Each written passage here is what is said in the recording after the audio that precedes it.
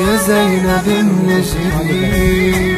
جانا نودع شهيد واسعد هم حسين لا وعباس ما تقول يلا وش ان شاء الله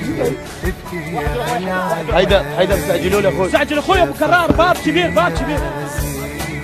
اي شيء يلا بسرعه لا يا ولد لانه ما في شيء بعد بس الغرفه تحبط عباس كل كفين عشان اشوف ان شاء الله ما تشوفش علاوي